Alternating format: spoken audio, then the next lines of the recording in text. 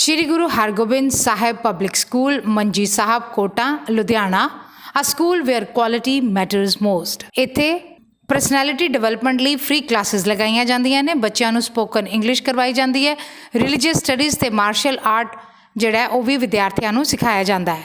ਇੱਥੇ ਮੈਰੀਟੋਰੀਅਸ ਤੇ ਬੈਪਟਾਈਜ਼ ਸਟੂਡੈਂਟਸ ਦੇ ਲਈ ਖਾਸ ਸਕਾਲਰਸ਼ਿਪ ਦਾ ਪ੍ਰਬੰਧ ਹੈ ਔਰ ਰੀਅਲ ਬ੍ਰਦਰ ਸਿਸਟਰ ਦੇ ਲਈ ਸਪੈਸ਼ਲ ਫੀ ਕੰਸੈਸ਼ਨ ਵੀ ਦਿੱਤਾ ਜਾਂਦਾ ਹੈ ਅਤੇ ਬੱਚਿਆਂ ਦੇ ਸਰਵਪੱਖੀ ਵਿਕਾਸ ਲਈ ਵੱਖ-ਵੱਖ ਗਤੀਵਿਧੀਆਂ ਕਰਵਾਈਆਂ ਜਾਂਦੀਆਂ ਨੇ। ਇਹ ਸਕੂਲ ਪਲੇਵੇ ਤੋਂ ਲੈ ਕੇ +2 ਜਮਾਤ ਤੱਕ ਹੈ। ਇੱਥੇ ਹਿਊਮੈਨਿਟੀਜ਼ ਔਰ ਕਾਮਰਸ ਦੋਵੇਂ ਗਰੁੱਪਸ ਪੜ੍ਹਾਏ ਜਾਂਦੇ ਨੇ। ਸਾਡੀ ਟੀਮ ਨੇ ਇੱਥੋਂ ਦੀ ਪ੍ਰਿੰਸੀਪਲ ਮੈਮ ਨਾਲ ਗੱਲਬਾਤ ਕੀਤੀ।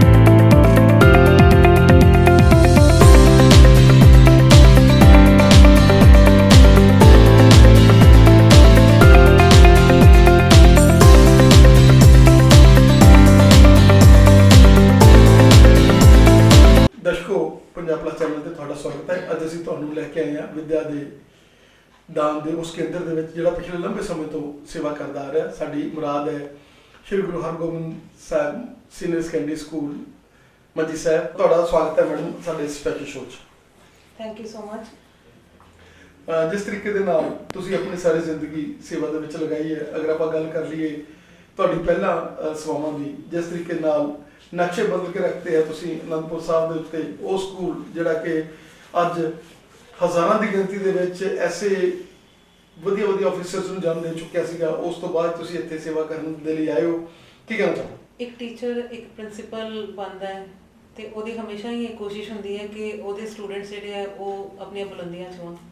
ਅਸੀਂ ਤਾਂ ਸੇਵਾ ਕਰਨ ਲਈ ਆਏ ਹਾਂ। ਸਾਨੂੰ ਹੀ ਕਿਸੇ ਨੇ ਇਸ ਪੋਸਟ ਤੱਕ ਪਹੁੰਚਾਉਣ ਦੇ ਲਈ ਐਫਰਟਸ ਕੀਤੇ ਆ। ਅਸੀਂ ਉਹਨਾਂ ਟੀਚਰਸ ਦੇ ਧੰਨਵਾਦੀ ਹਾਂ ਤੇ ਅੱਗੋਂ ਸਾਡਾ ਪ੍ਰੋਫੈਸ਼ਨ ਵੀ ਉਹੀ ਹੈ ਔਰ ਅਸੀਂ ਉਸੇ ਲੀਹ ਦੇ ਉੱਤੇ ਚੱਲਦਿਆਂ ਹੋਇਆ ਸਾਡੀ ਵੀ ਇਹੀ ਕੋਸ਼ਿਸ਼ ਹੈ ਕਿ ਸਾਡੇ ਸਟੂਡੈਂਟਸ ਜਿਹੜੇ ਆ ਉਹ ਬਹੁਤ ਬੁਲੰਦੀਆਂ ਤੇ ਪਹੁੰਚਣ ਤੇ ਅਸੀਂ ਉਹਦੇ ਲਈ ਹਮੇਸ਼ਾ ਹੀ ਤਤਪਰ ਹਾਂ। ਮੈਡਮ ਕੋਵਿਡ-19 ਦਾ ਜਿਹੜਾ ਇੱਕ ਐਪੀਡੈਮਿਕ ਆਇਆ ਸੀਗਾ ਉਹਦੇ ਵਿੱਚ ਵੀ ਐਚਜੀਪੀਸੀ ਨੇ ਹਰ ਟੀਚਰ ਲਈ, ਹਰ ਸਟੂਡੈਂਟ ਲਈ ਇੱਕ ਬਹੁਤ ਵਧੀਆ ਨੈਟਵਰਕ ਤਿਆਰ ਕਰਿਆ ਔਰ ਜਿਸ ਤਰੀਕੇ ਨਾਲ ਆਪਾਂ ਦੇਖ ਰਹੇ ਹਾਂ ਕਿ ਅੱਜ ਸਰਕਾਰੀ ਜਿਹੜੇ ਪ੍ਰਾਈਵੇਟ ਸਕੂਲਸ ਹੈਗੇ, ਲੜਾਈਆਂ ਝਗੜੇ, ਫੀਸਾਂ ਦਾ ਝਗੜਾ, ਤਨਖਾਹ ਨਾ ਮਿਲਣੀ, ਹੋਰ ਬਹੁਤ ਜ਼ਿਆਦਾ ਵੱਡੀਆਂ ਪ੍ਰੋਬਲਮ ਸੀਗੀਆਂ, ਲੇਕਿਨ ਐਸਜੀਪੀਸੀ ਨੇ ਮੂਹਰੇ ਲੱਗ ਕੇ ਜਿਹੜਾ ਹੈਗਾ ਇਸ ਐਪੀਡੈਮਿਕ ਦੇ ਵਿੱਚ ਸਾਰਿਆਂ ਨੂੰ ਕੱਢਿਆ ਔਰ ਉਹਨਾਂ ਦੀ ਹੈਲਪ ਕੀਤੀ।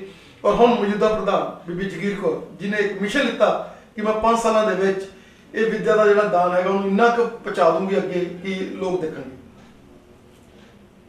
ਬੀਬੀ ਜਗੀਰ ਕੌਰ ਜੀ ਬਹੁਤ ਹੀ ਸੂਝਵਾਨ ਨੇਤਾ ਨੇ।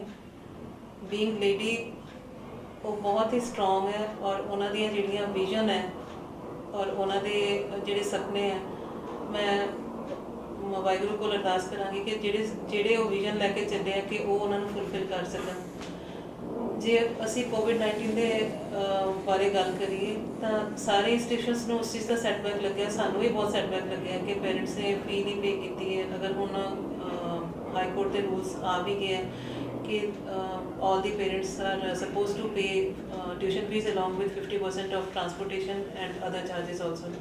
ਲੇਕਿਨ ਅਸੀਂ ਬੀਬੀ ਜੀ ਨੇ ਵੀ ਸਾਨੂੰ ਇੰਸਟਰਕਸ਼ਨਸ ਦਿੱਤੀਆਂ ਕਿ ਟਰਾਂਸਪੋਰਟੇਸ਼ਨ ਫੀ ਦੇ ਲਈ ਤੁਸੀਂ ਕਿਸੇ ਨੂੰ ਪਰੇਸ਼ਾਨ ਨਹੀਂ ਕਰਨਾ। ਟਰਾਂਸਪੋਰਟੇਸ਼ਨ ਫੀਸ ਉਹਨਾਂ ਨੇ right from the first day exempt ਕਰ ਦਿੱਤੀ ਗਈ ਹੈ।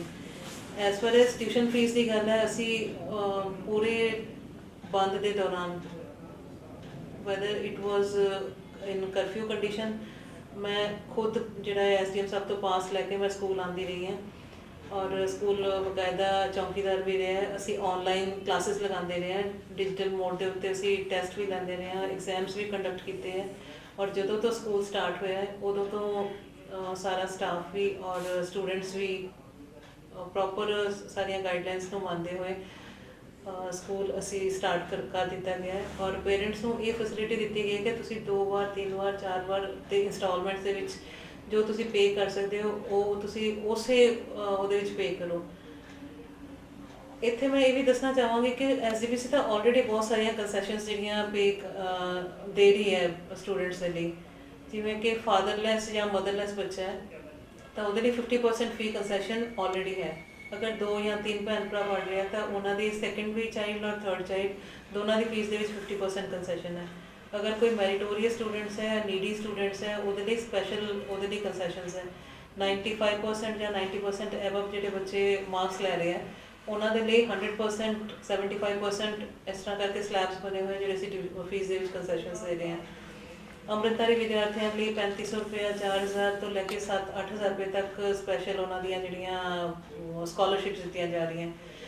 ਤੇ ਤੁਸੀਂ ਸਾਰੇ ਜਾਣਦੇ ਹੋ ਕਿ ਕੋਈ ਵੀ ਡਿਜ਼ਾਸਟਰ ਆਇਆ ਕੁਝ ਵੀ ਹੈ ਉੱਥੇ ਹਰ ਜਗ੍ਹਾ ਦੇ ਵਿੱਚ, ਚਾਹੇ ਉਹ ਮੈਡੀਕਲ ਫੈਸਿਲਿਟੀ ਹੈ, ਚਾਹੇ ਉਹ ਲੰਗਰ ਦੀ ਸੇਵਾ ਹੈ ਜਾਂ ਕਿਤੇ ਸਹਾਇਤਾ ਦੀ ਹੈ, ਕਿਤੇ ਕੋਈ ਐਕਸੀਡੈਂਟ ਹੋ ਗਿਆ, ਕੋਈ ਕਿਸੇ ਵੀ ਤਰ੍ਹਾਂ ਨਾਲ ਕਿਤੇ ਵੀ ਕੋਈ ਪ੍ਰੋਬਲਮ ਆਈ ਹੈ ਤਾਂ ਐਸਜੀਪੀਸੀ ਹਮੇਸ਼ਾ ਹੀ ਇਸ ਗੱਲ ਦੇ ਲਈ ਤਤਪਰ ਰਹੀ ਹੈ ਕਿ ਉਹਨਾਂ ਦੀ ਕਿਸੇ ਨਾ ਕਿਸੇ ਤਰ੍ਹਾਂ ਮਦਦ ਕੀਤੀ ਜਾਵੇ। ਹੁਣ ਕਿਸਾਨ ਮੋਰਚਾ ਚੱਲ ਰਿਹਾ ਹੈ, ਇਸ ਦੇ ਵਿੱਚ ਵੀ ਜਿਹੜੇ ਕਿਸਾਨਾਂ ਦੀ ਡੈਥ ਹੋਈ ਹੈ ਉਹਨਾਂ ਨੂੰ ਵੀ ਐਸਜੀਪੀਸੀ ਕਿਸੇ ਨੂੰ 1 ਲੱਖ ਜਾਂ 2 ਲੱਖ ਰੁਪਏ ਦੀ ਸਹਾਇਤਾ ਉਹਨਾਂ ਦੀ ਫੈਮਿਲੀ ਦੇ ਸਰਵਾਈਵਲ ਦੇ ਲਈ ਦੇ ਰਹੀ ਹੈ। ਹਾਲਾਂਕਿ 1 ਲੱਖ ਜਾਂ 2 ਲੱਖ ਰੁਪਇਆ ਦੇ ਕੇ ਕੋਈ ਕਿਸੇ ਦੀ ਫੈਮਿਲੀ ਸਰਵਾਈਵ ਨਹੀਂ ਕਰ ਸਕਦੀ, ਲੇਕਿਨ ਇੱਕ ਹਮਦਰਦੀ ਹੈ, ਇੱਕ ਇਨਸਾਨੀਅਤ ਦੇ ਪ੍ਰਤੀ ਉਹਨਾਂ ਦੀ ਜਿਹੜੀ ਭਾਵਨਾ ਹੈ। ਸਾਰੀ ਐਗਜ਼ੈਕਟਿਵ ਕਮੇਟੀ ਔਰ ਸਾਡੇ ਬਹੁਤ ਹੀ ਸਤਿਕਾਰਯੋਗ ਧਾਮੀ ਸਾਹਿਬ ਜੋ ਕਿ ਐਡਵੋਕੇਟ ਵੀ ਹਨ ਤੇ ਉਹ ਵੀ ਬੜੇ ਸੂਝਵਾਨ ਨੇ।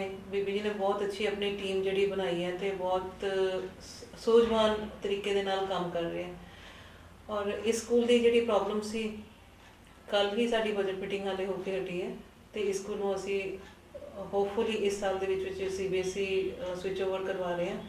ਤੇ ਮੈਨੂੰ ਉਮੀਦ ਹੈ ਕਿ ਮੇਰੇ ਪ੍ਰੀਵੀਅਸ ਐਕਸਪੀਰੀਅੰਸ ਦੇ ਮੁਤਾਬਕ ਪ੍ਰੀਵੀਅਸ ਸਕੂਲ ਦੇ ਜਿੱਦਾਂ ਚੜ੍ਹਦੀ ਕਲਾ ਦੇ ਵਿੱਚ ਰਿਹਾ ਤੇ ਮੈਂ ਇਸ ਸਕੂਲ ਨੂੰ ਵੀ ਉਸ ਹਾਈਟਸ ਤੱਕ ਲੈ ਕੇ ਜਾਣ ਦਾ ਮੇਰਾ ਸੁਪਨਾ ਹੈ ਤੇ ਪਰਮਾਤਮਾ ਮੈਨੂੰ ਬਲ ਬਖਸ਼ੇ ਤੇ ਹੈਡ ਆਫਿਸ ਮੈਨੂੰ ਸਪੋਰਟ ਕਰੇ। ਮੈਡਮ, ਇਹ ਸਕੂਲ ਜਿਸ ਦਿਨ ਦੇ ਤੁਸੀਂ ਇੱਥੇ ਜੁਆਇਨ ਕੀਤਾ, ਚਾਹੇ ਕਲਚਰਲ ਐਕਟੀਵਿਟੀਜ਼ ਦੀ ਗੱਲ ਕਰ ਲਈਏ, ਗੇਮਸ ਦੀ ਗੱਲ ਕਰ ਲਈਏ, ਕ੍ਰਿਕਟ ਬੈਟ ਦੀ ਗੱਲ ਕਰ ਲਈਏ, ਉਹ ਤੁਸੀਂ ਐਸੀ ਪਵਿੱਤਰ ਧਰਤੀ ਤੇ ਬੈਠੇ ਹੋ ਜਿੱਥੇ ਲੋਕ ਸੈਕਿੰਡਸ ਕੱਟਣ ਆਉਂਦੇ ਨੇ ਔਰ ਤੁਸੀਂ ਇਸ ਜਗ੍ਹਾ ਦੇ ਉੱਤੇ ਸੇਵਾ ਕਰ ਰਹੇ ਹੋ।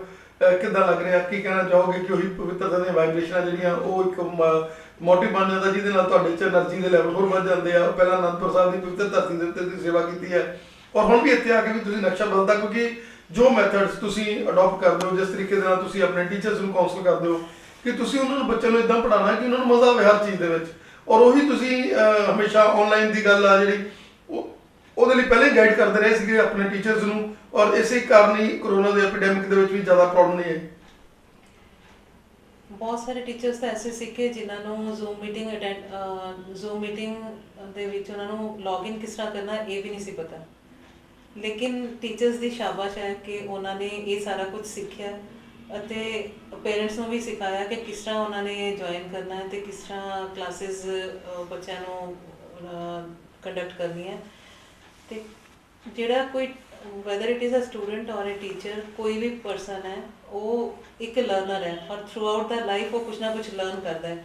ਈਵਨ ਅਸੀਂ ਵੀ ਬਹੁਤ ਸਾਰੀਆਂ ਚੀਜ਼ਾਂ ਜਿਹੜੀਆਂ ਅਜੇ ਲਰਨ ਕਰ ਰਹੇ ਹਾਂ ਤੇ ਜ਼ਿੰਦਗੀ ਤਾਂ ਲਾਈਫ ਲੌਂਗ ਪ੍ਰੋਸੈਸ ਹੈ ਲਰਨਿੰਗ ਦਾ।